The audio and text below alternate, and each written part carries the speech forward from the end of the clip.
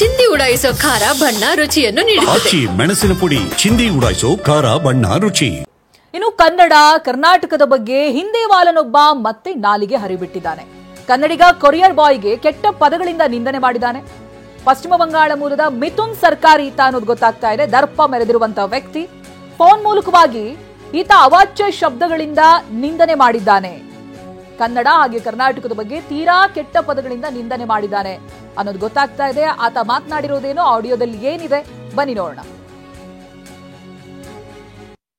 70% हिंदी वाला अगर तुम ज्यादा जास्ती मस्ती हो गया ना, 70% हिंदी वाला अगर कर्नाटक से चला जाएगा ना, फ्लिपकार्ट तो मार तू, तेरे को टमाटर खरीदने के लिए 10 रुपया नहीं होगा रे. ओके सर, अब बाद में सर इतना ही है सर. कन्नड़ा वाला को ऐसा तो बोलता है ना आप? नहीं है, कर्नाटक का स्टेट है. ओके, कर्नाटक स्टेट है ना? हाँ ठीक है सर. बाद में सर जल्दी गुस्सा आता है उन लोगों को. रावण को पूछता है ना, रावण मालूम है? रावण, हाँ रावण. ओके, हाँ सबका बिल्डिंग में ऐसा करके डालता है ना. हाँ ऐसा नहीं है. हम लोग बंगाली आदमी है भाई. हम लोग जैसा खाता है ना, हाँ तुम लोग कन्नड़ा वाला सोच भी नहीं सकता. तुम लोग क्या खाना है? रागी मुद्दा, सांबर, इडली, डोसा, बस. हाँ हफ्ते में एक बार सिर्फ चिकन खाता है. हाँ अभी रागी के साथ में.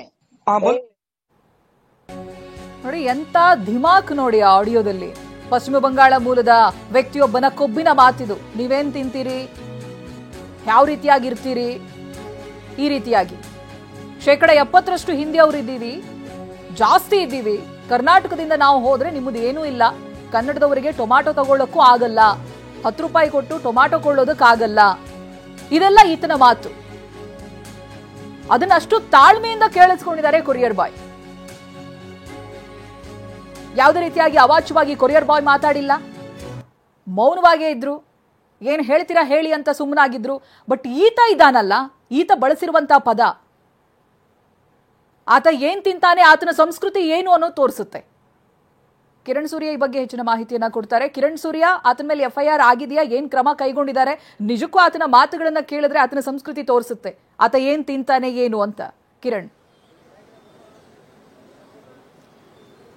ಹೌದು ಚೈತ್ರ, ಖಂಡಿತವಾಗಲೂ ಕೂಡ ಈ ಉತ್ತರ ಭಾರತದಿಂದ ಬೇರೆ ಬೇರೆ ರಾಜ್ಯಗಳಿಂದ ಕರ್ನಾಟಕ ಮತ್ತೆ ಬೆಂಗಳೂರಿಗೆ ಬಂದಂತಹ ಈ ನಾರ್ತ್ ಇಂಡಿಯನ್ಸ್ ಏನಿದ್ದಾರೆ, ಅವರ ಅವಾಚ್ಯವಾದಂತಹ ಶಬ್ದಗಳು, ಅವರ ದರ್ಪ ದೌರ್ಜನ್ಯ ಪ್ರತಿ ಬಾರಿ ಕೂಡ ಇಂತಹ ವಿಧದಲ್ಲಿ ಹೊರಬರುತ್ತೆ ಅಂತಾನೆ ಹೇಳ್ಬೋದು. ಕಾರಣ ಏನು ಅಂತ ಹೇಳಿದ್ರೆ, ರಂಜಿತ್ ಅನ್ನುವಂತಹ ವ್ಯಕ್ತಿ ನಿನ್ನೆ ಕೊರಿಯರ್ನ ಅಂದ್ರೆ 9 ಗಂಟೆ ಸುಮಾರಿಗೆ ಬೊಮ್ಮನಹಳ್ಳಿ ವಿಧಾನಸಭಾ ಕ್ಷೇತ್ರದ ಬೇಗೂರಿನಲ್ಲಿದ್ದಂತ ಅಂದ್ರೆ ಬೆಂಗಾಲಿಯ ಮಿಥುನ್ ಸರ್ಕಾರ ಅನ್ನುವಂತ ಯುವಕ ಒಂದು ಟಿ ಶರ್ಟ್ ಅನ್ನ ಬುಕ್ ಮಾಡಿರ್ತಾನೆ. ಆ ಟಿ ಶರ್ಟ್ ಅನ್ನ ಆನ್ಲೈನ್ ಮೂಲಕವಾಗಿ ಅವನು ಡೆಲಿವರಿ ಮಾಡ್ಲಿಕ್ಕೆ ಹೋದಂತ ಸಂದರ್ಭದಲ್ಲಿ, ಸರ್ ನಿಮ್ಮ ಮನೆಯಲ್ಲಿ ಬರುತ್ತೆ, ವಿಳಾಸವನ್ನು ಹೇಳಿ ಅಂತ ಕೇಳಿದಷ್ಟೇ ಕನ್ನಡದಲ್ಲಿ ನೀನ್ ಯಾಕೆ ನನ್ನನ್ನು ಪ್ರಶ್ನೆ ಮಾಡ್ತೀಯ, ಹಿಂದಿಯಲ್ಲಿ ಮಾತಾಡೋ ನನ್ನ ಜೊತೆಯಲ್ಲಿ ಅಂತೇಳಿ ಕನ್ನಡ ಮತ್ತೆ ಕರ್ನಾಟಕದ ಬಗ್ಗೆ ತೀರಾ ಕೆಳಮಟ್ಟದ ಪದಗಳನ್ನು ಬಳಸಿ ರಂಜಿತ್ಗೆ ತೀರಾ ಅವಾಚ್ಯ ಶಬ್ದಗಳಿಂದ ನಿಂದಿಸಿರುವಂಥದ್ದು. ಆ ನಿಟ್ಟಿನಲ್ಲಿ ಈಗಾಗಲೇ ರಂಜಿತ್ ಬೊಮ್ಮನಹಳ್ಳಿಯ ಪೊಲೀಸರಿಗೆ ದೂರನ್ನು ಕೂಡ ದಾಖಲಿಸಿದ್ರು. ಬೊಮ್ಮನಹಳ್ಳಿಯ ಪೊಲೀಸರು ಈಗಾಗಲೇ FIR ಅನ್ನ ದಾಖಲಿಸಿಕೊಂಡು ಸದ್ಯ ಈಗಾಗಲೇ ಅವನನ್ನ ವಶಕ್ಕೆ ಪಡೆದಿದ್ದಾರೆ ಅನ್ನುವಂಥ ಮಾಹಿತಿ ಸದ್ಯಕ್ಕೆ ಲಭ್ಯವಾಗ್ತಿರುವಂಥದ್ದು. ಅವನನ್ನ ವಶಕ್ಕೆ ಪಡೆದು ವಿಚಾರಣೆಯನ್ನು ನಡೆಸ್ತಿದ್ದಾರೆ. ಯಾಕೆ ಇಂತಹ ಒಂದು ಕೀಳು ಮಟ್ಟದ ಶಬ್ದಗಳನ್ನ ನಿಂದಿಸ್ದ ಅನ್ನುವಂಥ ಒಂದು ಮಾತುಗಳನ್ನ ಈಗಾಗಲೇ ಕೂಡ ಪೊಲೀಸರು ಅವನನ್ನ ವಿಚಾರಣೆ ಮಾಡ್ತಾ ಇರುವಂತದ್ದು. ಚೈತ್ರ, ಥ್ಯಾಂಕ್ ಯು ಕಿರಣ್ ಮಾಹಿತಿಗಾಗಿ. ಆಡಿಯೋದಲ್ಲಿ ಏನಿದೆ ಮತ್ತೊಮ್ಮೆ ಕೇಳಿಸ್ಕೊಳ್ಳಿ. 70% हिंदी वाला अगर तुम ज्यादा जास्ती मस्ती हो गया ना, 70% हिंदी वाला अगर कर्नाटक से चला जाएगा ना, फ्लिपकार्ट तो मार तू, तेरे को टमाटर खरीदने के लिए 10 रुपया नहीं होगा रे. ओके सर, अब बाद में सर इतना ही है सर.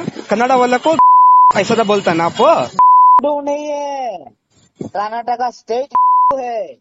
ओके, कर्नाटक स्टेट है ना? हाँ ठीक है सर. बाद में सर जल्दी गुस्सा आता है उन लोगों को. रावण को पूछता है ना, रावण मालूम है? रावण, हाँ रावण. ओके, हाँ सबका बिल्डिंग में ऐसा करके डालता है ना. हाँ ऐसा नहीं है. हम लोग बंगाली आदमी है भाई. हम लोग जैसा खाता है ना, हाँ तुम लोग कन्नड़ा वाला सोच भी नहीं सकता. तुम लोग क्या खाना है? रागी मुद्दा, सांबर, इडली, डोसा, बस.